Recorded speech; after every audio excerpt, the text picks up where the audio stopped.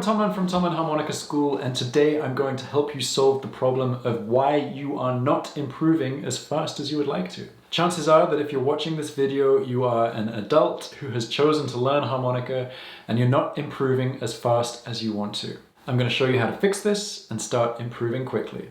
But first, let's roll the intro.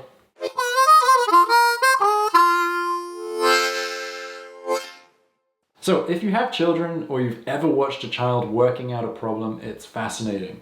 They're basically programmed to constantly experiment with their surroundings until they gain a better understanding of everything that's going on around them. When they get to the exciting learning to walk stage, they'll try to stand up over and over again, and they fall down a lot, like a whole lot.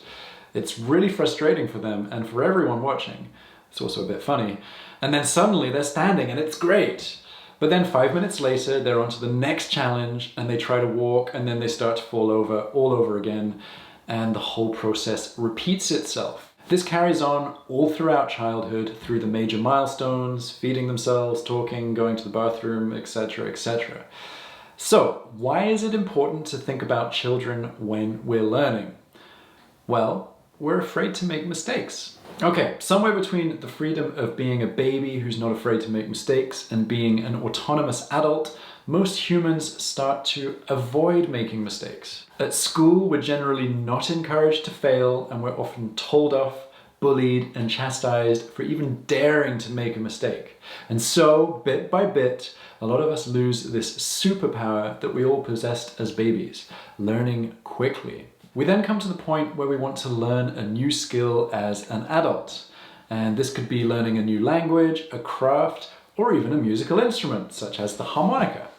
And at first, we are excited about becoming proficient at this new skill. We buy the appropriate equipment, we research the subject in depth online, and we might even invest in some lessons. However, something weird happens. We're not immediately amazing at our new skill. But that's okay because it's not our fault.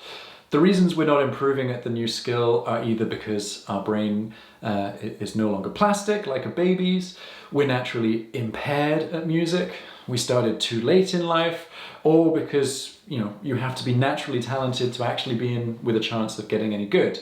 Do any of those sound familiar? I've certainly thought of all of those at certain times in my life. And all of these reasons have one thing in common. They externalize our responsibility so that we don't feel that the ability to improve is in our hands. And that's just simply not true. I promise, it is entirely in your hands. You can improve if you do one thing consistently, and that is hitting the like button and subscribing to the channel while hitting the little bell icon so that you get notified when I upload a new video.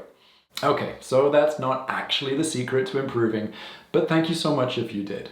No, the secret is making mistakes. The secret to consistently improving is not being afraid to make mistakes. In fact, you should actively remain in the zone where you are making mistakes. Now, that doesn't mean that you need to make mistakes on purpose, but it does mean that you should embrace making a mistake as a good thing. It's a sign that you are pushing yourself and that you are moving forwards with your journey to harmonica greatness. If your practice sessions always consist of you simply playing the things that you know you can play pretty well, then you're not actually practicing, you're just playing it safe. Instead, try to do something that really pains you.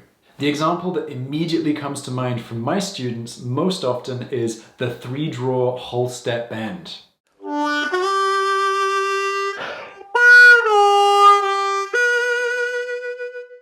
Now, let's get this clear. Nobody likes the 3-draw whole step bend. If you haven't learned how to do it yet, it's coming and it's tough, but you will get there. And if you can already play it, spare a thought for all of those people who need to work on it in their futures. And if you're working on it right now, I want you to do this. When you know that a 3-draw whole step bend is coming up in the tune, lick, or solo that you're trying to play it in any way that you can. If it sounds like a foghorn, a dying cow, a screaming cat, or a fart, that's all okay. We've all made those noises on harmonica, and sometimes not on harmonica. Just keep doing it. Get used to the idea that you will achieve a beautiful 3-draw whole step bend one day. Not today, but you are on the right track. Do not do what most people do, which is play that horrible sounding dying cow foghorn fart and then throw the harmonica down in frustration. Instead, embrace the suck, laugh about it, and relax. Bit by bit, the 3-draw whole step bend won't become such a big deal in your mind. You won't even care whether you hit it. And then something magical will happen. You'll relax and all of your notes will sound better. And then one day, your 3-draw whole step bend will simply be.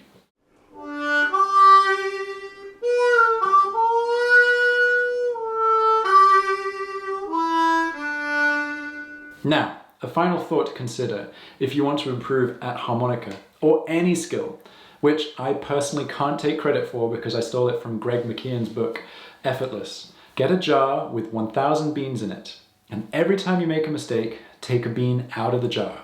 Keep doing this for every mistake until your jar is empty.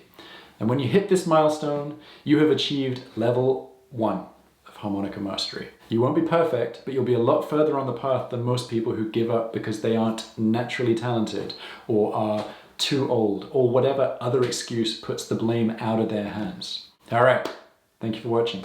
Happy harping.